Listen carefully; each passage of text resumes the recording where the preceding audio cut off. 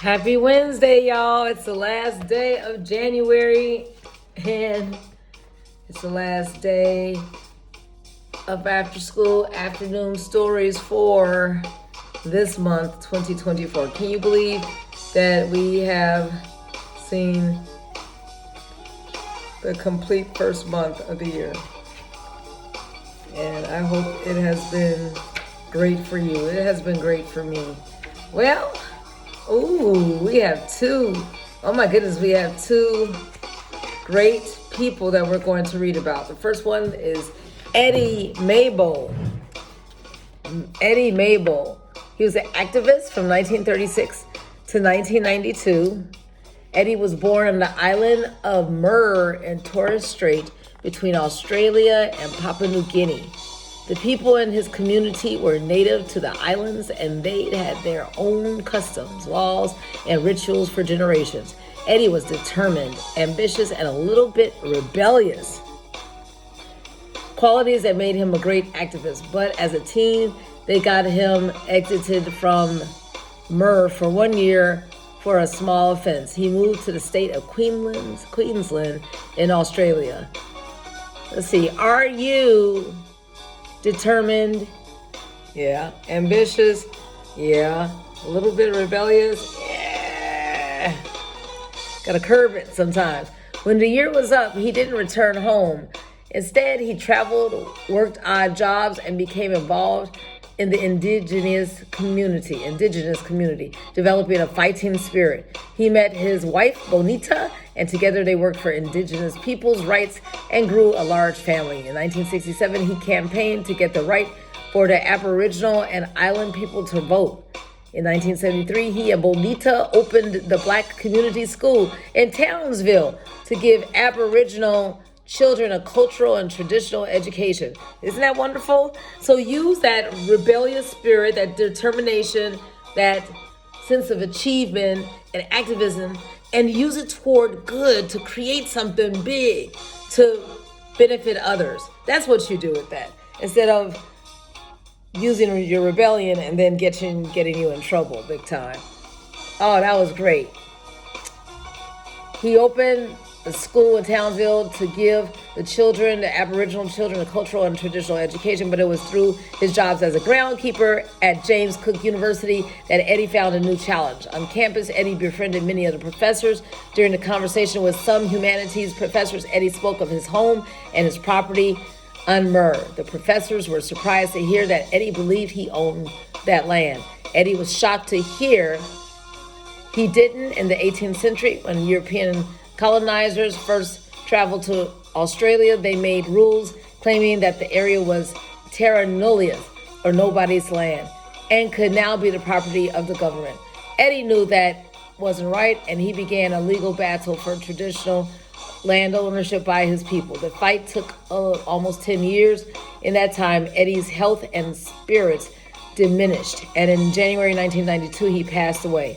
On June 3rd in that same year, the High Courts of Australia ruled in favor of land rights for the islanders. The landmark ruling is now famously known simply as the Mabel decision or Mabel decision. Eddie's work changed the legal and political landscape in Australia forever. June 3rd is now celebrated as Mabel Day. That was very inspiring. And it's named after Eddie Mabel or Mabel. And we have Paul Stevenson, another activist, 1937. I'm pretty sure Paul Stevenson is no longer with us, but he was someone who was courageous and smart and did great things. You know what? I think he might still be alive. Yes, he's 86. He was born 1937. This is wonderful. Despite growing up in the shadow of World War II, Paul had a happy childhood. He was 2 years old when the war began, that's World War II, and he was evacuated from London to the countryside. Since his mother was in the military, and his father had returned to West Africa. He grew up in a children's home. The only black person in town, Paul was treated kindly, but sometimes as a curiosity. Being singled out made him particularly observant about the behaviors of the adults around him. Very good. A trait that served him well later in life. Be observant. Pick up on things. Sharpen your acumen. When he moved back to London, Paul experienced racial hostility for the first time. Despite this, Paul was proud to be British and wanted justice for everyone. At 15, he joined the Royal Air Force. After 7 years of service, he moved to Bristol, where he was the city's first black social worker. When Paul arrived in Bristol, he witnessed the racism that many Caribbean immigrants were experiencing. The Bristol Omnibus Company, for example, refused to employ black or Asian drivers. Inspired by the work of civil rights activists in the United States, like Martin Luther King Jr. and Rosa Parks, Paul called for a bus boycott, which lasted 60 days.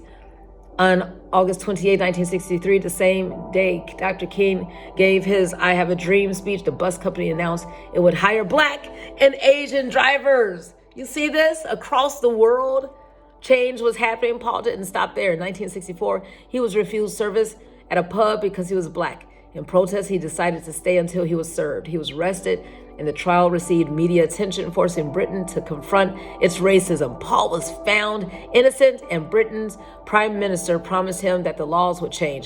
In 1965, the Race Relations Act was passed, making racial discrimination illegal in public places, and Paul's work helped pave the way for it.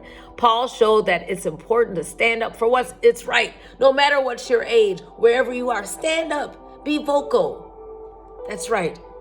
No matter how big or small the fight, he shined a light on Britain's racism and helped illuminate a path to a better country. Wasn't this inspirational? Do you think we have time for one more? John Lewis. People always knew John wanted to be a leader. Let's see, what year did John Lewis pass? Was that 3 years ago? Oh, we have to have John Lewis in here. John Lewis passed, was that 2022 or 21? 2020, July 7, 2020. Born February 7, 1940. Yeah. Well, he always wanted to be a leader. He was meant to be. When he was young, he dreamed of being a minister. Dressed in a shirt and tie, he preached to the chickens on his family's farm. Even at home, though, he was aware of the discrimination in segregated Alabama. Nicer schools, libraries, and buses were reserved for white people. John thought this was unfair. His parents told him to leave it alone, but he wanted to make things better. At around the age 15, John heard Dr. Martin Luther King Jr. on the radio describing how nonviolent protests such as marches and boycotts were helping to end segregation. John was inspired and attended the first march. In college, he wrote to Dr. King asking for advice on how to do more. Amazingly, Dr. King wrote him back, met with him, and soon became a friend and mentor. John organized sit-ins and participated in freedom rides where young blacks and white activists would sit together in segregated diners and buses. By the age 23, John was one of the big six civil rights leaders who worked with Dr. King and one another to organize the 1963 March on Washington for Jobs and Freedom. In 1965, John and 600 others planned to march from Selma to Montgomery in Alabama. When they crossed the Edmund Pettus Bridge, state troopers were waiting for them. The troopers attacked the protesters, injuring many, including John, whose skull was fractured. The images from the march of peaceful protesters being beaten made it onto the national news. Americans were horrified, and this led to a wave of support for civil rights. Over the years, John has received many hours for fighting for the rights of his fellow Americans, and he's still using nonviolence. Up to 2020, he has held a seat in the U.S. House of Representatives, serving Atlanta's 5th District since 1987. And who's that? Raphael Warnock took his place. He held a seat in the 5th District. In 2016, he led a sit-in at the U.S. Capitol to push for gun control laws. As a boy, John wanted to change the world. And as a man, he kept on changing it. And as a woman, as a man, as a teenager, as a child, girl or boy, what are you going to do to take a stand wherever you are? Stand up for right. We just had 3 great individuals. And we can do our part. Paul Stevenson, Eddie Mabel, and John Lewis. let's get courageous and do greater things for the next few months for the duration 2024. Good evening.